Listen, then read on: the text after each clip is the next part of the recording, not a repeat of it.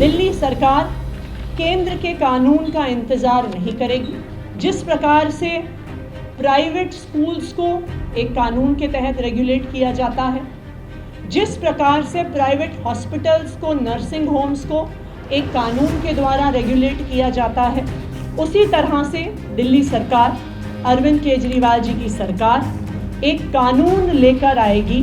दिल्ली सरकार एक long term solution के तहत एक कोचिंग इंस्टीट्यूट रेगुलेशन एक्ट लेकर आएगी।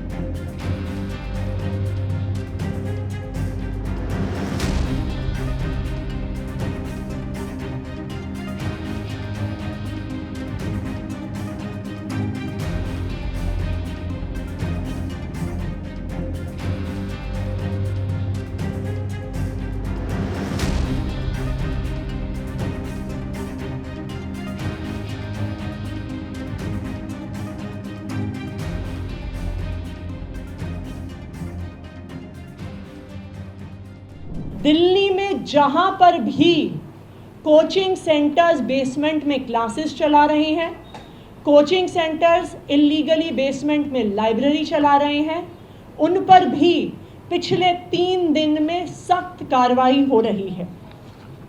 पिछले 3 दिन में राजेंद्र नगर, मुखर्जी नगर, लक्ष्मी नगर, प्रीत विहार एरियाज में कोचिंग सेंटर्स की बेसमेंट्स को सील किया गया है।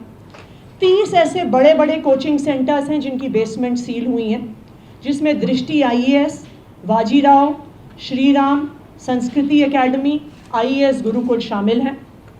इसके अलावा 200 और कोचिंग सेंटर्स को नोटिस दिए गए हैं और आज भी बेसमेंट्स की सीलिंग जारी रहेगी।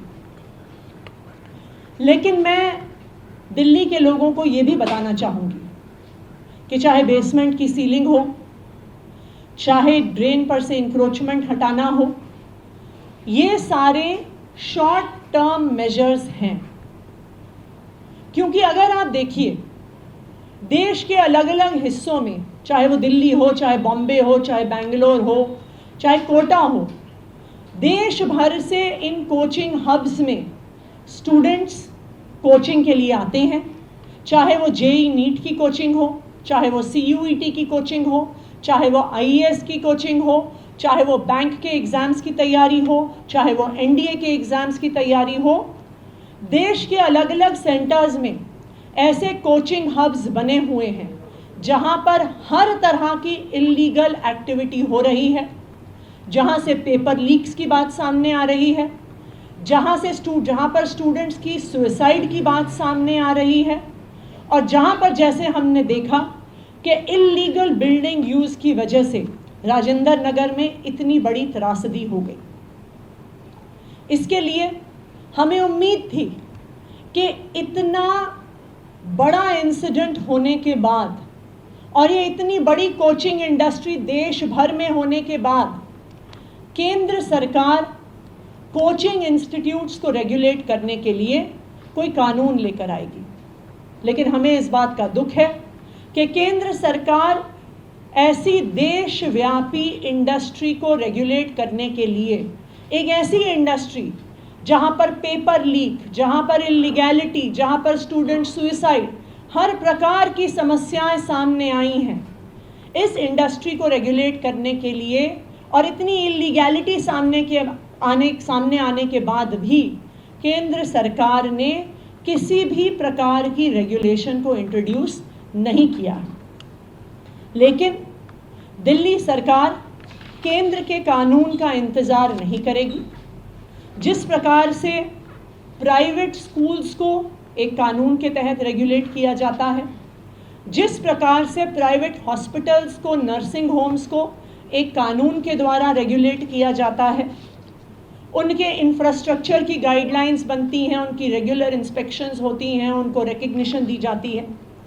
उसी तरह से दिल्ली सरकार, अरविंद केजरीवाल जी की सरकार एक कानून लेकर आएगी जो दिल्ली में चल रहे सारे कोचिंग इंस्टीट्यूट्स, चाहे वह IAS, IIT JEE, NEET, CUET, NDA किसी भी एग्ज़ाम्स की तैयारी करवा रहे हों, उन सबको रेगुलेट करने के लिए दिल्ली सरकार एक लॉन्ग टर्म सोल्यूशन के तहत एक कोचिंग इंस्टीट्यूट्स रेगुलेशन एक्ट लेकर आएगी। इसमें कई पक्ष शामिल होंगे। सबसे पहले इंफ्रास्ट्रक्चर रेगुलेशन, कि कितना मिनिमम इंफ्रास्ट्रक्चर है जो कि एक कोचिंग इंस्टीट्यूट के पास होना चाहिए। जिस तरह से स्कूल्स, नर्सिंग होम्स, सबको एक इंफ्रास्ट्रक्चर रिक्वायरमेंट दी जाती है, तो जो कोचिंग इंस्टीट्यूशंस का रेगुलेशन एक्ट आएगा उसमें कोचिंग इंस्टीट्यूट्स की इंफ्रास्ट्रक्चर रिक्वायरमेंट होगी। टीचर्स के क्या क्वालिफिकेशंस हैं ये स्पेसिफाई किया जाएगा। तीसरा, कोचिंग इंस्टीट्यूट्स की फ़ीस को रेगुलेट किया जाएगा, क्योंकि ये भी एक परेशानी स्टूडेंट्स की सामने आई है कि बेइंतहा फ़ीस इन कोचिंग सेंटर्स द्वारा ली जाती है। चौथा, इन कोचिंग सेंटर्स को मिसलीडिंग एडवर्टाइजिंग करने से रोका जाएगा। एंड लास्टली और मोस्ट इम्पॉर्टेंटली, ये जो प्रोसेस होगा जिससे कोचिंग सेंटर्स रेगुलेट होंगे, ये वन टाइम प्रोसेस नहीं होगा।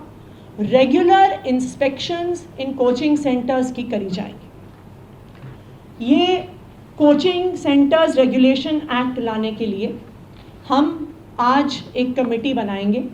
इस कमेटी में दिल्ली सरकार के अफसर होने के अलावा हम दिल्ली के अलग अलग हिस्से के कोचिंग सेंटर, कोचिंग हब्स जो हैं, चाहे राजेंद्र नगर, मुखर्जी नगर, लक्ष्मी नगर, इन कोचिंग हब्स के स्टूडेंट्स को भी शामिल किया जाएगा।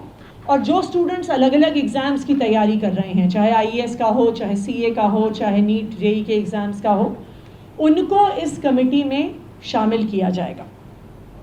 हमने एक ईमेल एड्रेस भी इसके लिए बनाया है कि हम पब्लिक का फीडबैक इस कानून पे ले सकें, क्योंकि ऐसा कानून बनाने के लिए सबसे ज़रूरी है उन छात्रों का फीडबैक लेना जो छात्र इस कोचिंग प्रक्रिया से गुज़र रहे हैं या जो छात्र इस कोचिंग प्रक्रिया से गुज़र चुके हैं।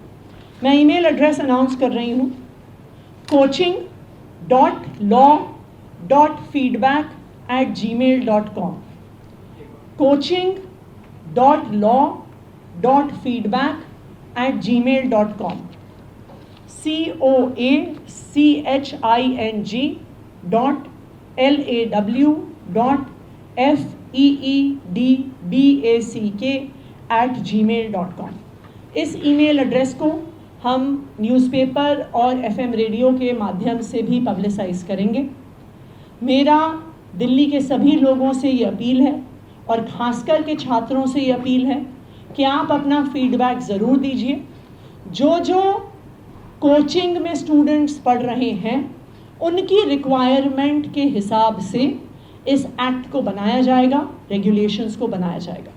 हमारा ये मानना है कि ऐसा कानून ही एक लॉन्ग टर्म सल्यूशन है इस प्रकार की इलीगैलिटी और इस प्रकार की इरेगुलरिटी जो कोचिंग इंडस्ट्री में चल रही है, उसको एक लॉन्ग टर्म सल्यूशन देगा।